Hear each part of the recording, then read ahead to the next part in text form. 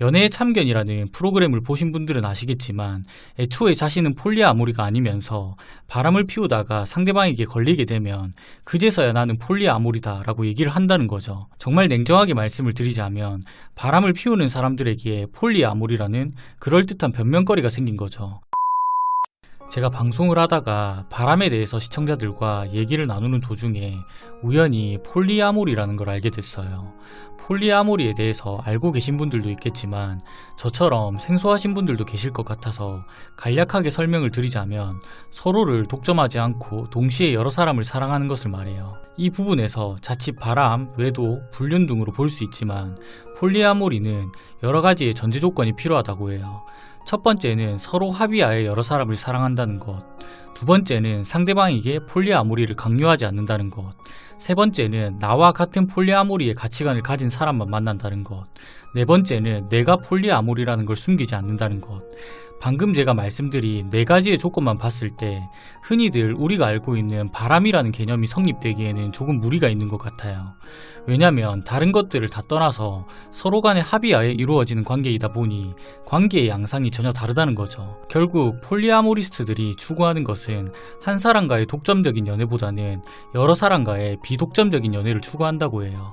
그리고 관계를 목적으로 둔 파트너라는 개념이 아니라 여러 사람과의 감정적, 정신적으로 소통하는 지속적인 관계를 유지하는 것에 가장 중점을 둔다고 해요.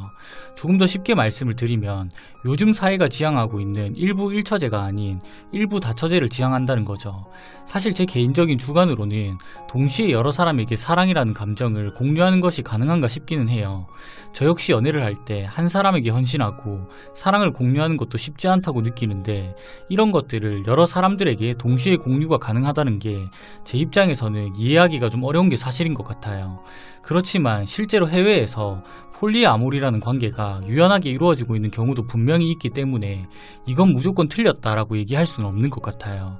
제 입장에서는 다소 이해하기 힘든 이질적인 개념이지만 결과적으로 가치관이 비슷한 사람끼리 만나서 그들 나름대로 행복한 관계를 이어가고 있으니 항상 연애의 정답은 없다라고 말씀드리는 제 입장에서는 폴리아모리는 무조건 잘못되었다라고 말씀드리는 게 쉽지 않아요.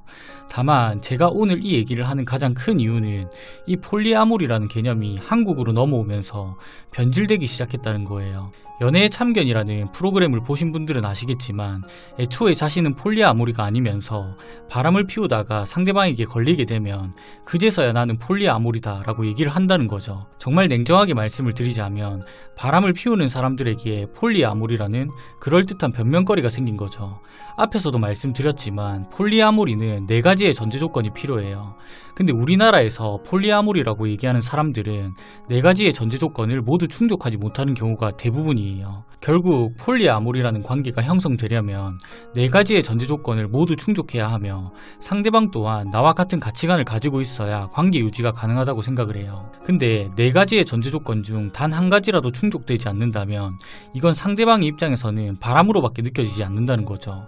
그렇기 때문에 저도 그렇고 많은 사람들에게 폴리아모리라는 개념이 아직까지는 부정적으로 다가올 수밖에 없는 것 같아요. 오늘 제가 말씀드린 이야기의 가장 큰 포인트는 폴리아모리의 옳고 그름을 판단하는 것이 아니라 다자간 연애라는 개념이 존재하고 있고 우리나라에서 이 개념이 변질되고 있다는 걸 말씀드리고자 오늘의 영상을 준비해봤어요. 부디 제 영상이 여러분들에게 조금이나마 도움이 되셨으면 좋겠습니다.